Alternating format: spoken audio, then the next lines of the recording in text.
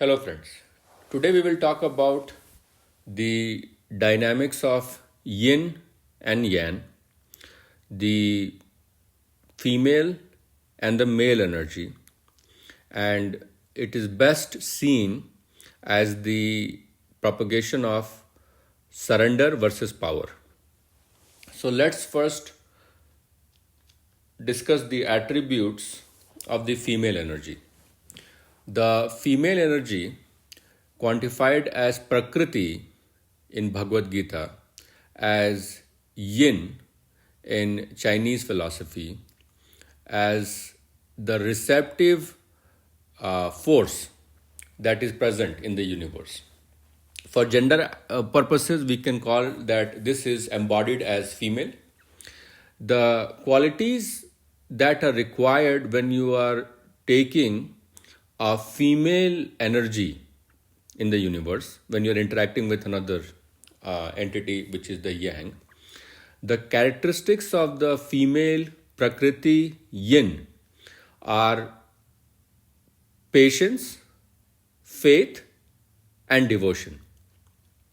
Now, these are the only three traits that are required to be a close to perfect yin force. You have to have a lot of patience. You have to have a lot of devotion, which is called Shraddha. Faith, which is called Shraddha. And you have to have a lot of devotion, which is basically an emotional invocation for the thing that you believe to be the perfection. So, usually the individuals who will be taking up the yin force to be successful, they should have a lot of patience, faith, and devotion. And in the process of acquiring these traits of PFD, patience, faith, and devotion, you will see, and this is very common in females, the idea where they will gain attention and purpose and importance, the API. So they need to do something which creates, and I will say this is more of a diversion of the PFD, that it's a reflection of the PFD as coming as API, attention, purpose, importance. So they will do something, take up a project which requires some attention, which requires some amount of attention, identity, a purpose, newfound purpose, and in the process they create importance for themselves, because all of us want to feel important, useful, and have a purpose in life. If there is no purpose, we will create a purpose. So that is more the rundown effect that you see in society today. Let me explain what I mean by PFD, deteriorating to API. The PFD of patience, faith, and devotion in today's world, you will see, especially with women, I have noticed that they will not try to be with a man who is very successful, who is very good looking, who is on top of the pyramid. Because one fear is of rejection, one fear of knowing that they are not that good enough to deserve them. But also, there is a very strange psychological mindset that you are not going to get API, which is the attention and the purpose and importance there, because there's nothing there to fix. So there you are stealing the purpose from the female energy. The female energy rather go to a force where there is something broken, what we call the Bob the Builder mindset, where they need something broken to fix. If it's perfect and working totally the way it should be, they have a hard time going with that energy, because it requires some amount of subordination. And females who have a masculine energy have a hard time competing with them, because they cannot be as good as the perfection, the epitome of that individual that there is, which there are very few, by the way. So they rather take something which is more mundane, something which is a little broken, and they seem to have a sense of control over that situation. And this mostly reflects a society where the yang energy, the males, are not delivering up to the expectations of the society and of the female. That's why there is a diversion, a detour, where the female will rather, because she cannot find a perfect male energy, she'll rather try to find a male who is more having female traits, in the sense that he's not very powerful, he's not very assertive, he's not very much of a good leader. So just remember that the PFD will deteriorate to API. That's not the normal sense. That's not the way Mirabai works when she's thinking of Krishna, or Chaitanya Mahaprabhu works when he's thinking of Krishna, or Hanuman when he is worshipping Rama. Those are the embodiments of perfect yin, Prakriti energy that you see in historical verses. Even for Radha or Meera or Chaitanya for Krishna, or you will see for Hanuman when it comes to Ram. So that is the yin energy. Has nothing to do with your gender. Remember that. Hanuman is the most masculine force that can be in the universe, and still he's a receptive or a yin or a Prakriti to the power of Rama, who is a yang. So now let's talk about the forces of yang. I told you the yin has a lot of patience. The patience is replaced by power and perfection in the yang energy. So there will be a lot of power and there will be a lot of perfection. Now, the power and perfection itself require a self-regulating mechanism. So there is immense control. There is no abuse. There is no fraud. There is no waste. There is immense control, knowing that with great powers come great responsibility. So it's a self-correcting mechanism. That's why it is perfect. Power and perfection and control. Those are the P of the patience. Now the second is faith, which we call Shraddha. That is replaced by Sneh. Sneh is the word in Hindi which means love for someone who is younger or smaller than you. So parents will have a lot of sneh towards their kids, and ideally the kids should have a lot of love and respect for their parents, which we call Shraddha. But Shraddha also has a component where you can do no wrong towards its yang. So understand that the patience is replaced by power and control and perfection. The faith is replaced by sneh, which is a form of a love towards someone who is younger and inexperienced and in a way smaller, inferior than you, but we don't want to use the word inferior, subordinate probably. And lastly, it is having, instead of devotion, because devotion is always towards someone who is more perfect and supreme than you, just like a modification of Shraddha. The devotion is mostly emotional invocation, is replaced by reason. There is a lot of justice and reason and high level of intellect in operation of the yang. So let's see what yang has. Power, perfection, control. The Shraddha is replaced by Sneh, and the devotion is replaced by reason. So whenever we are interacting with another individual of importance, of significance, a relationship, first establish the power dynamics. Is this person a better version of me that I would like to be? Is this person more talented, more powerful, more reasonable, more logical, more stoic a lot of times, and less ostentatious, not a show-off. Once you have established that he has the mirror image of the PFD in the form of perfection, sneh, and reason, if you want to call it that, the PLR, perfection, love, and reason, then you are okay with being the yin to that yang. Now, the problem is a lot of times in life, what we see, this translates as the dynamics of surrender and power.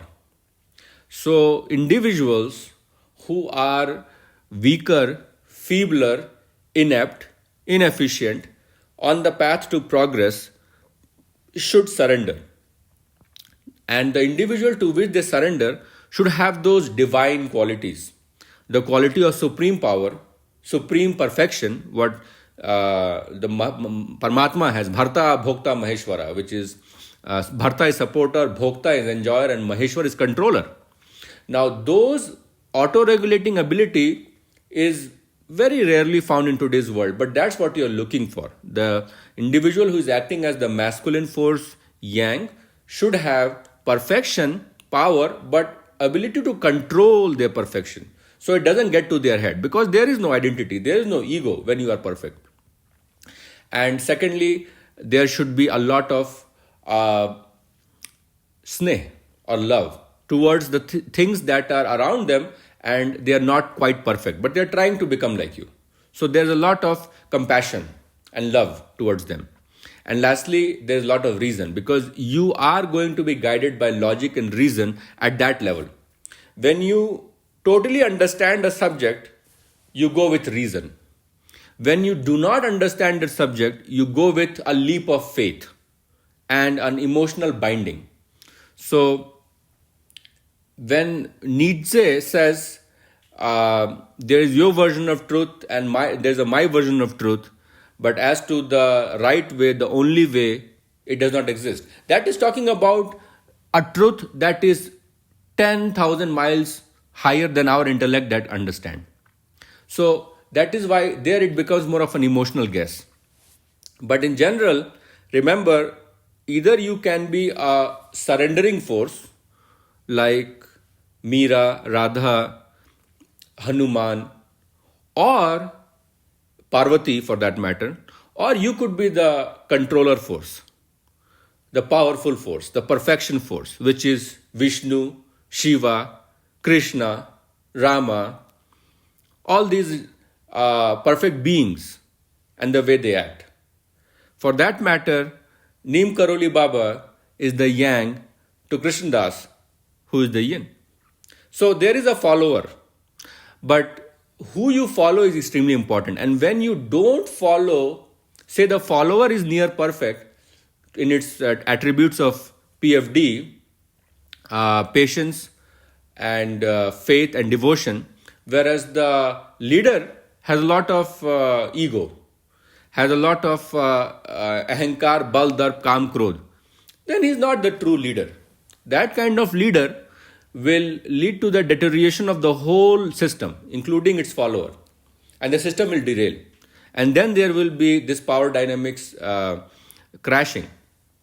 Ideally, the women will do best when they are in the roles of, and I'm going to get a lot of flack for this, but women will do best in roles in which they are nurturing, in which they are following, in which they can totally trust the individual whom they are vesting the power in. And most of the time it's going to be the husband.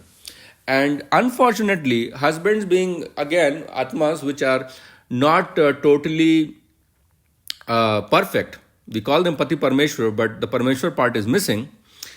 They make a lot of mistakes, and then the whole dynamic is destroyed. Because someone put their faith in you, someone nearly worshipped you in the Hindu culture. Pati Parmeshwar, you have to help them reach their goals, and that is your satisfaction, as they say, for females. But if the individual is not perfect and is not a higher version of the female in terms of their attributes, then the whole dynamic collapses. That is why the surrender force comes best when the power force is self-regulating and perfect. So in this world, you will see a lot of times where the female force is being subjugated by the male, but the male is not having those attributes of perfection or near perfection. And that is why the relationships will kind of fall. There, we might talk about equality in relationships, and this equality is of a different kind. This is like saying a devotee and a god. Are they equal? Well, if you ask from the point of perfection and reason, they are not equal. I mean, a blind man can see that God is perfect and man is not. So they are not equal in terms of their abilities. But also at the same time, it's comparing apples and oranges. You cannot compare a perfect unmanifest existence with a creation which is full of anomalies and doshas.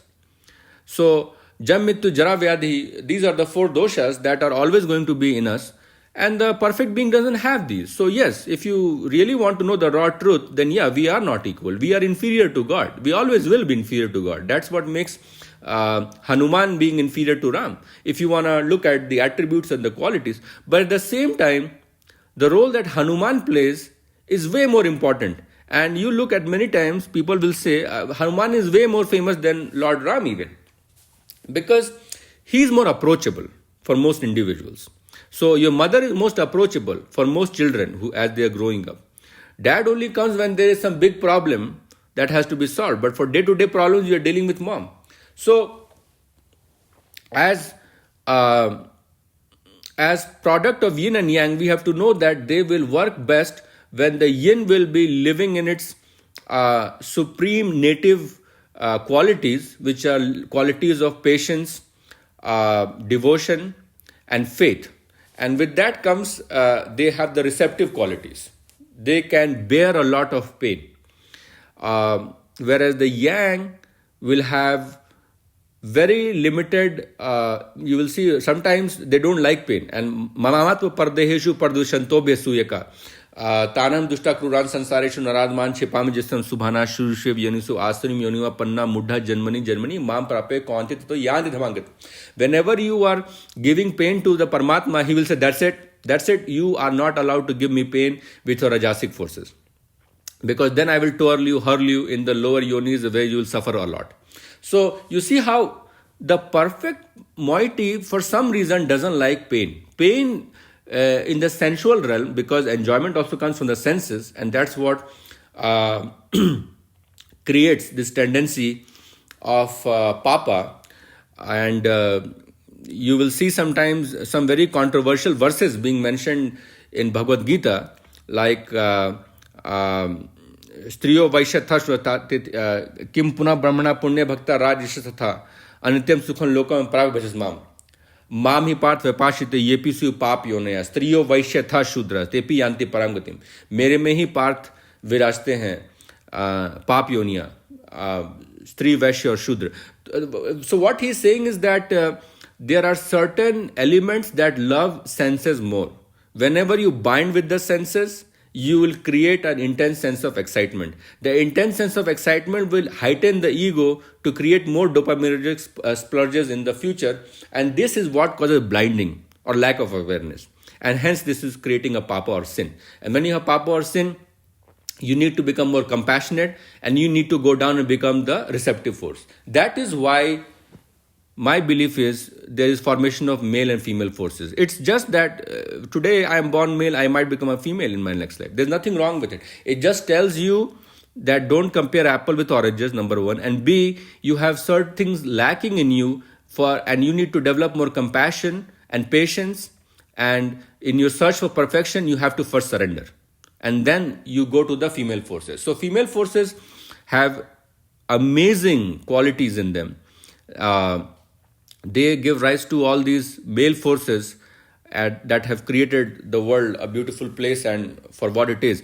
And all the males have come out from females. So in that regard, all the females are making the most decisive decisions in today's world. But to come back to my topic, understand then the Prakriti has a lot of patience and it has a lot of potential. It's a potentiality. And it will work best when it is coupled with a yang or a masculine force, a purusha, who has high level of awareness. Now that also I wanted to cover the third point, which is the devotion is replaced by reason. When I say reason, understand it as intelligence, understand it as awareness.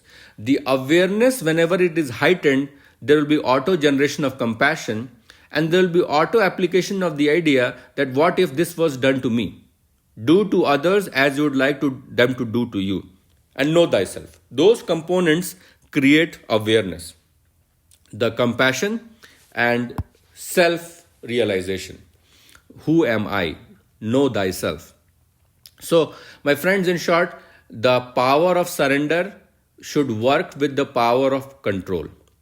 The force of surrender works best when it works in the realms of patience, faith, and devotion. And in these states, it is not questioning the ultimate power.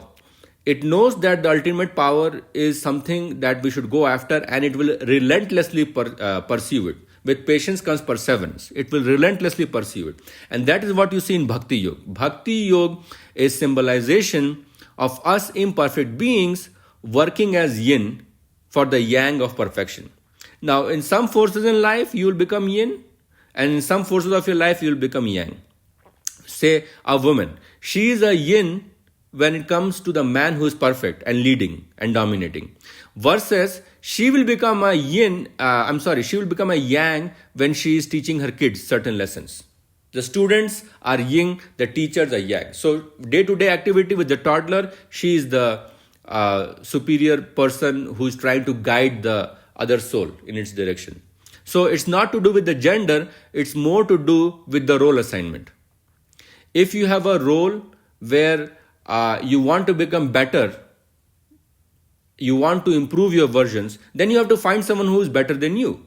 And someone who is better than you should have those perfection, power, control with the power. They should have awareness, which is self-identity as well as reason. They are very reasonable. They will never do something which is injustice. Nyaya. Nyaya is the hallmark of the yang. So, the force of surrender will make them go higher in life, but surrender should only happen to someone who is perfect, reasonable, and in control of his faculties. He's not going to be swayed away with all the ego and arrogance. Dam, dharp, ahankar, bal, darp, kam, krodh, those things will never touch him. He will be an extreme stoic. And that's why you find these people in solitude. They rather not interact with other individuals. Like a lot of monks, they are extreme yang, but they don't take the force of yin, because that force in a way can corrupt their ego, and their ego will reflare up, and then they will become more humanly. So they just kind of let the ego die slowly, painfully in solitude, because there's nothing to become an enabler of pain or absurdity. So they don't want any such force which is making their ego flare up, and then they will lose their reason or awareness, because awareness and identity are mutually exclusive. Where there is increase in awareness, the ego identity will drop. Where there is increased pursuit of identity, the desire to chase pleasures, to get the dopamine surge and excitement, which is short-lived, will go up, and hence the papa, and hence the need to go back to being a surrenderer rather than the leader. Because the leader needs to have zero ego and a lot of awareness and a lot of sneh, so that they can help the devotees come up and grow and mature. So you see, when Hanuman says, when Ram asks Hanuman, "Who are you?" Hanuman replies, "When I don't know who I am Hanuman. But when I know who I am Ram." So you become the object of your desire eventually if you relentlessly pursue it. Yam yam yapi smaran bhav tejante kalevaram tam tamay vaiti konte sadbhav bhavita. Eventually you will become the object of your desire. If you relentlessly think about it, pursue you. That's why the need to relentlessly think about God all the time. Man manam bhakto madhyaji mam namaskuru. Ananya cheta ananya bhakti. You are totally steeping your mind, because there's only one job of the mind, to constantly think of. Constantly remember, absorb your mind. Even if you are cooking food in the kitchen, you are thinking about God. You are thinking about the image of Shiva or Krishna. So that is the steeping of your mind. Mind was only given for one purpose. If you are given a sponge, what will you do? You will soak. So soak it in the rus of God, the rus of divinity, because divinity is perfection. And when you have perfection, you will have a different set of attributes. So if you have to desire anything, desire the perfection of yang. But always make sure that the perfection you are chasing or looking after has the qualities of perfection, which is power, control, reason, and with that comes the idea of nyaya or justice with the awareness, and there always will be automatically love. The version of love that is there is sneh, which is love towards the people who are trying to become better. And remember, sneh is always more powerful than shraddha. Water always falls from a higher level to a lower level. So the love that you create from the higher level to the lower level, from the God towards its devotees, is always of a higher level than what the devotees can create for the God. A mother will always love her child more than the child can love her back. It's the power of gravity, if you will. It's the power of higher level. The higher level individual is always capable of a higher form of love than a lower level individual who is caught with the indriyas and the senses. That's why for us, we do shraddha, but shraddha is always of lower intensity than sneh. And that's why God will uplift you and get you out of the muck in your life if you constantly ask for His help in the realms of patience, pray with patience, faith, unbelievable, unshakable belief in Him that yes, He will come and save me, and divinity, which is emotional invocations, where you call the God all the time through mantras, chanting, music, because those are the forces that connect the unmanifest with the manifest. The dhvani or the sound is the first mahabhut that will connect the unmanifest world of perfect with the manifest world of femininity or prakriti that we live in. Jai Shri Ram.